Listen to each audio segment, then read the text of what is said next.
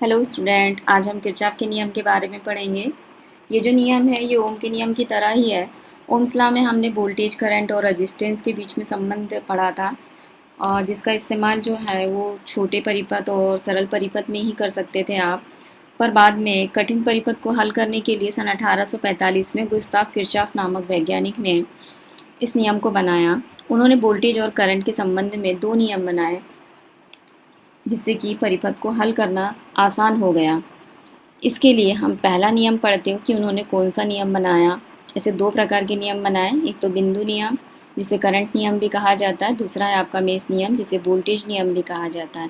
पहला नियम पढ़ते हैं हम। प्रथम नियम उसने क्या बनाया?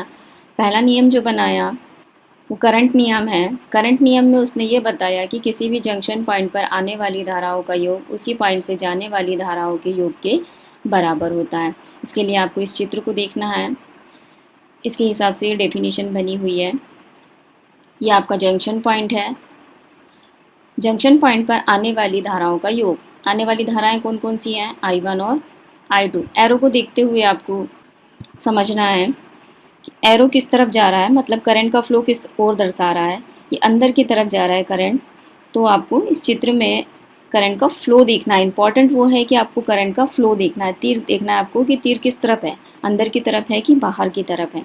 ज़रूरी नहीं है कि जैसा चित्र यहाँ पर बना है वैसा ही आपको पेपर में आए, इसलिए आपको एरो पर ज़्यादा ध्यान देना है, ना कि इसे याद करना है।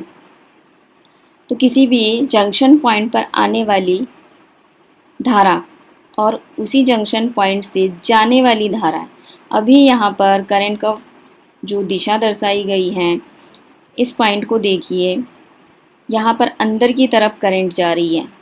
और अगर आप I5 में देखते हो तो I5 में करंट का जो फ्लो है वो बाहर की तरफ जा रहा है। तो ऐसे तीन पॉइंट हैं, I5, I4 और I3, जिसमें से करंट बाहर की तरफ जा रही है और अंदर की तरफ जो करंट आ रही है वो कौन कौन सी है? I1 और I2।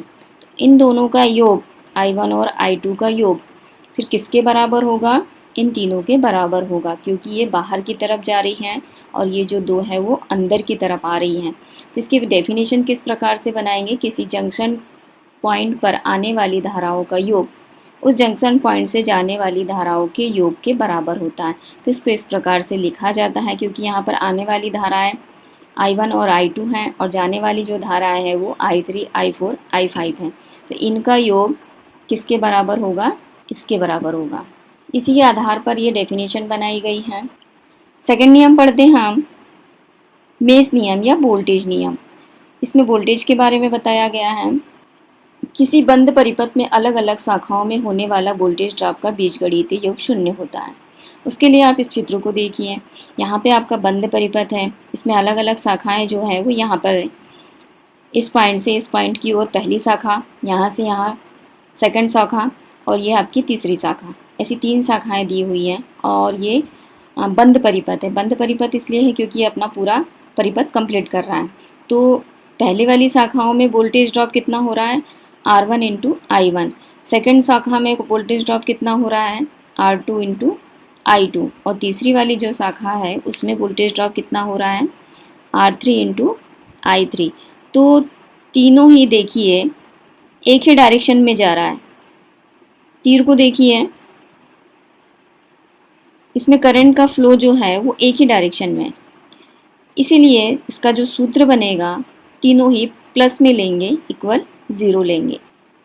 यदि इसमें ये दो की जो करंट है वो इस ओर है, बट तीसरी शाखा की जो करंट है वो उल्टी दिशा में दर्शाई गई है, अगर मान लो मैंने इसे करंट का फ्लो उल्टा दर्शा दिया या विपरीत दिशा में दर्शा दिया, तब आप इसका जो सूत्र है वो कैसे लिखोगे?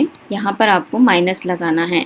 तो आपको तीर को देखते हुए, करंट का फ्लो देखते हुए आपको इस सूत्र को बनाना है।